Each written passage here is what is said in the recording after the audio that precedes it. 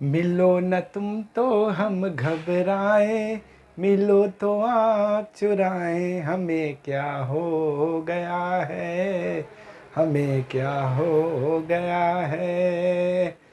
तुम ही से दिल का राज छुपाए, तुम ही से राज बताए, हमें क्या हो गया है।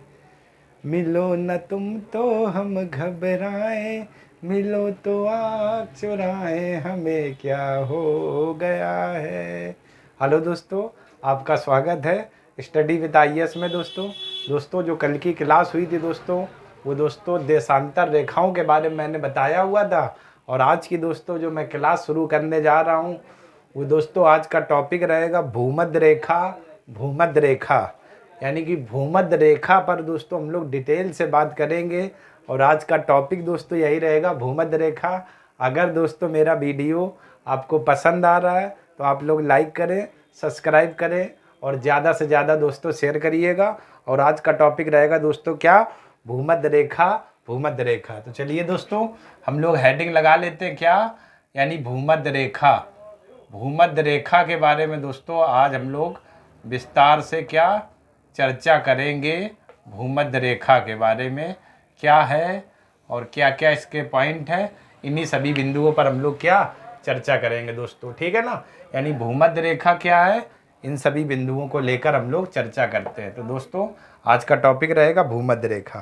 तो दोस्तों चलिए एक हम लोग फिगर बनाते हैं। ये आपका हो गया ग्लोब, और ये जो रेखा दोस्तों आप लोग देख रहे हो, इसी को दोस्तों हम लोग क्या बोलते हैं, भूमध्य रेखा। या दोस्तों इसका दूसरा नाम क्या है, विषुवत रेखा। या दोस्तों इसी को क्या बोलते हैं, इक्वेटर। तो दोस्तों भूमध्य रेखा या इसी को विषुवत रेखा या इसी को दोस्तों क्या इक्वेटर बोला जाता है। और दोस्तों यह एक जो आपकी भूमध्य रेखा और विषुवत रेखा जो आपकी दोस्तों है, यह दोस्तों एक क्या काल्पनिक रेखा है, एक काल्पनिक रेखा है, ठीक है ना दोस्तों, जो पृथ्वी को दो बराबर भागों में बांटती है, ठीक है दोस्तों। तो सबसे पहला जो इस भूमध्य रेखा के बारे में हम लोग दोस्तों बात करेंगे, तो यहाँ पर दोस्तों पहला पॉइंट जरा देखिएगा, लिखते हैं भूमध्य रेखा की लंबाई। भूमध्य भूमध्य रेखा की लंबाई, भूमध्य रेखा की लंबाई, ठीक है ना दोस्तों, भूमध्य रेखा की लंबाई। इसकी दोस्तों जो लंबाई है दोस्तों वो आपकी कितनी है, 40,075 किलोमीटर है, ठीक है ना दोस्तों। यानी कि भूमध्य रेखा और जो विषुवत रेखा है, इसकी लंबाई दोस्तों 40,075 किमी है, जिसमें जिसमें जिसमें जिसमें 78.7% हिस्सा जल, जिसमें 78.7% हिस्सा जल व 21.3% हिस्सा थल है, हिस्सा थल है। ये दोस्तों है, यानी कि जो आपकी भूमध्य रेखा है इसकी लंबाई 40,075 किलोमीटर है। भूमध्य रेखा में दोस्तों 78.7% हिस्सा जल व 21.3% हिस्सा क्या है, थल आता है। यानी भूमध्य रेखा पर दोस्तों 78.7% हिस्सा जल वाला पार्ट है भूमध्य रेखा पर, यानी कि 78.7%। और दोस्तों 21.3% हिस्सा क्या है, थल यानी स्थल भाग है। तो ये दोस्तों आपका क्या पहला पॉइंट हो गया।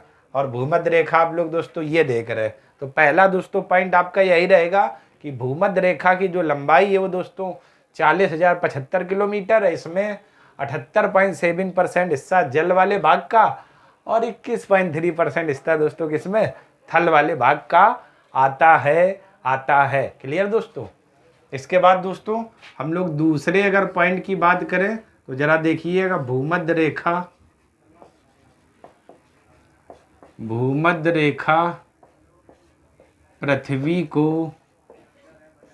पृथ्वी को दो बराबर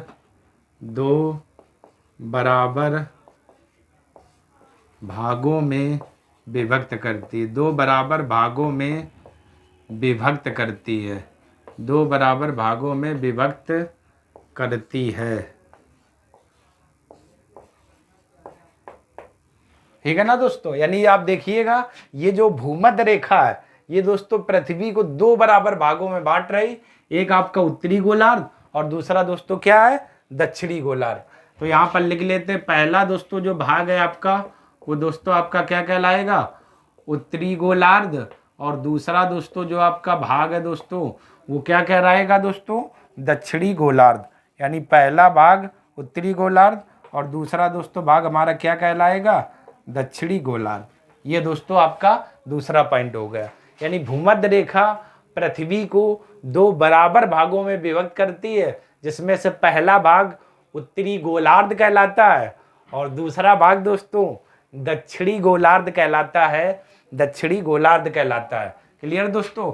इसके बाद दोस्तों तीसरे अगर पॉइंट की बात की जाए तो जरा इस पर भी देख लेते हैं। तीसरा पॉइंट क्या रहेगा, भूमध्य रेखा या विषुवत रेखा पर सूर्य की लंबवत किरणें पड़ती हैं या सूर्य की बराबर किरणें पड़ती है। इस कारण से भूमध्य रेखा पर तापमान तो उच्च होता है और वायुदाब दोस्तों क्या हो जाता है, निम्न हो जाता है, निम्न हो जाता है। तो यहां पर लिखते हैं दोस्तों, भूमध्य रेखा पर, भूमध्य रेखा पर, भूमध्य रेखा पर सूर्य की किरणें, सूर्य की किरणें, सूर्य की किरणें पूरे वर्ष, सूर्य की किरणें पूरे वर्ष लंबवत पड़ती हैं, लंबवत, लंबवत पड़ती हैं, लंबवत पड़ती हैं। इसलिए, इसलिए, इसलिए तापमान उच्च, इसलिए तापमान उच्च व वायुदाब निम्न होता है, वायुदाब निम्न होता है, निम्न होता है। ठीक है ना दोस्तों, निम्न होता है। ये आपका तीसरा पॉइंट है। कैसे दोस्तों, जैसे दोस्तों देखो यहाँ पर जब सूर्य है तो ये आपकी विषुवत रेखा है, तो यहाँ पर किरणें आपकी क्या लंबवत पड़ेंगी दोस्तों।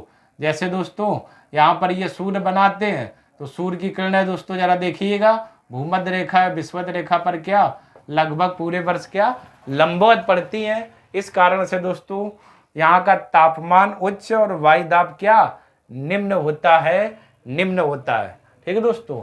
यानी कि भूमध्य रेखा की लंबाई 40,075 किलोमीटर, इसमें 78.7% हिस्सा जल वाले भाग और दोस्तों 21.3% हिस्सा थल है। भूमध्य रेखा पृथ्वी को 2 बराबर भागों में विभक्त करती है, एक आपका उत्तरी गोलार्ध और दूसरा दोस्तों दक्षिणी गोलार्ध। भूमध्य रेखा पर सूर्य की किरणें पूरे वर्ष लंबवत पड़ती हैं, इसलिए तापमान उच्च और वायुदाब दोस्तों क्या होता है, निम्न होता है, निम्न होता है। तो इतने का दोस्तों आप लोग क्या स्क्रीनशॉट ले लीजिए। इसके बाद दोस्तों हम लोग आगे की बात करते हैं। इतने का दोस्तों आप लोग स्क्रीनशॉट ले लीजिए, इसके बाद हम लोग आगे की, चलिए दोस्तों अब हम लोग आगे पॉइंट बात करते हैं। आप लोगों ने उतने का स्क्रीनशॉट ले लिया होगा। अब दोस्तों हम लोग चौथे नंबर पॉइंट की क्या बात करते हैं। चलिए दोस्तों चौथा पॉइंट क्या, भूमध्य रेखा पर पूरे वर्ष दिन एवं रात की अवधि बराबर होती है। भूमध्य रेखा पर, भूमध्य रेखा पर, भूमध्य रेखा पर, ठीक है ना दोस्तों। यानी भूमध्य रेखा पर, भूमध्य रेखा पर पूरे वर्ष, भूमध्य रेखा पर पूरे वर्ष दिन व रात की अवधि, दिन व रात की अवधि, दिन व रात की अवधि बराबर होती है, दिन व रात की अवधि बराबर होती है, बराबर होती है। ठीक है ना दोस्तों। यानी भूमध्य रेखा पर पूरे वर्ष दिन व रात की अवधि क्या बराबर होती है। वर्ष में 2 बार सूर्य 21 मार्च और 23 मार्च, इसी में लिख लेते हैं दोस्तों, वर्ष में 2 बार सूर्य, वर्ष में 2 बार सूर्य, सूर्य 21 मार्च। एक तो दोस्तों आपका क्या 21 मार्च और दूसरा दोस्तों रहेगा 23 सितंबर। 21 मार्च हुआ, 23 सितंबर, 23 सितंबर। वर्ष में 2 बार सूर्य भूमध्य रेखा पर लंबवत चमकता है। भूमध्य रेखा पर लंबवत चमकता है, लंबवत चमकता है। ठीक है ना दोस्तों, ये आपका अगला पॉइंट है। पता होगा दोस्तों, भूमध्य रेखा पर पूरे वर्ष दिन व रात की अवधि बराबर होती है और वर्ष में 2 बार सूर्य 21 मार्च व 23 सितंबर को दोस्तों भूमध्य रेखा पर क्या लंबवत चमकता है, लंबवत चमकता है।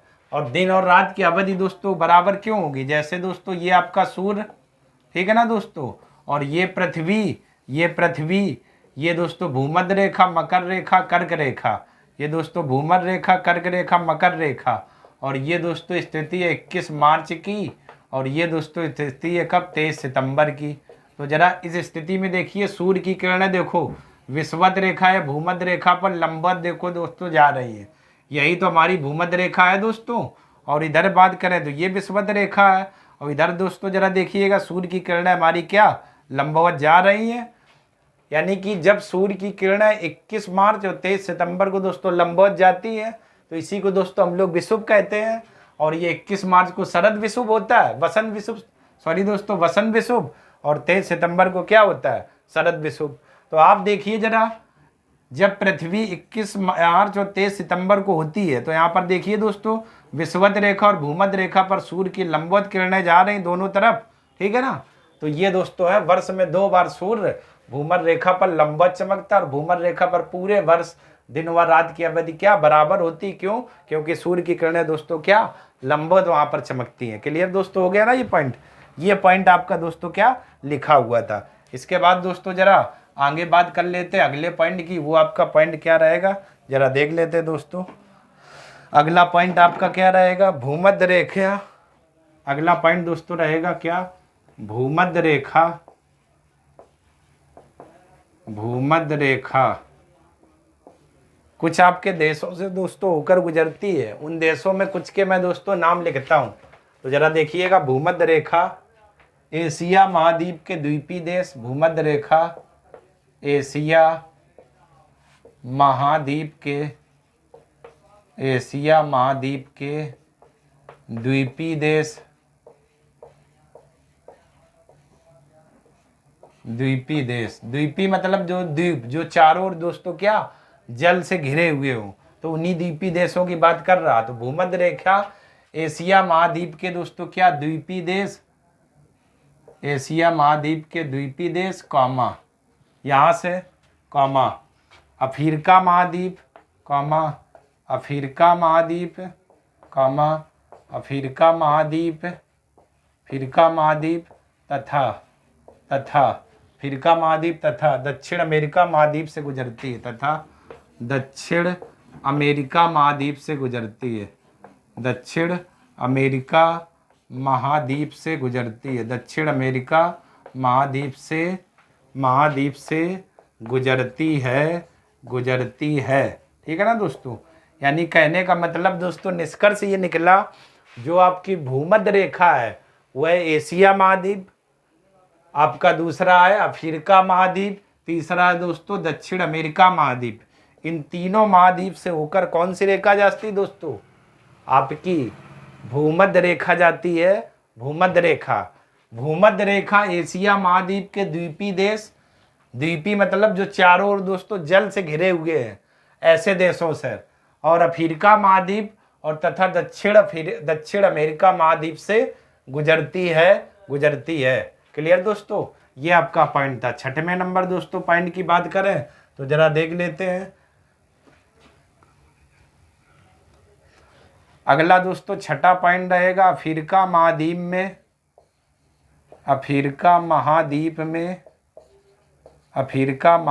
में कांगो या जायरे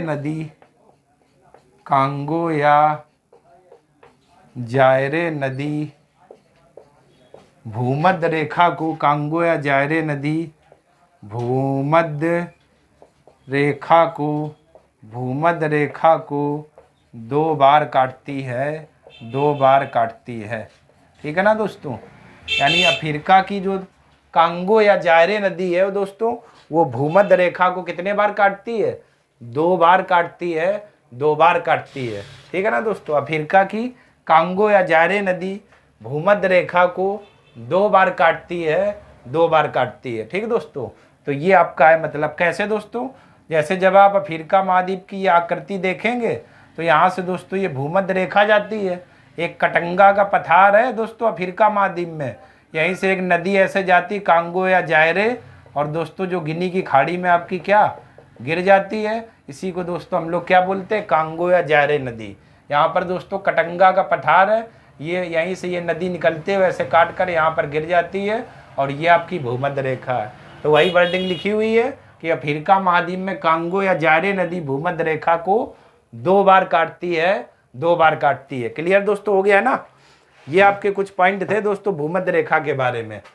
यही है दोस्तों भूमध्य रेखा एशिया महाद्वीप के द्वीपीय देश अफ्रीका महाद्वीप तथा दक्षिणी अमेरिका महाद्वीप से गुजरती है, और भूमध्य रेखा पर पूरे वर्ष दिन व रात की अवधि बराबर होती है, और वर्ष में 2 बार सूर्य की किरणें क्या लंबवत चमकती हैं, लंबवत चमकती हैं। क्लियर दोस्तों ना। तो चलिए दोस्तों आप लोग इतने का स्क्रीनशॉट ले लीजिए, इसके बाद दोस्तों हम लोग आगे बात करते हैं।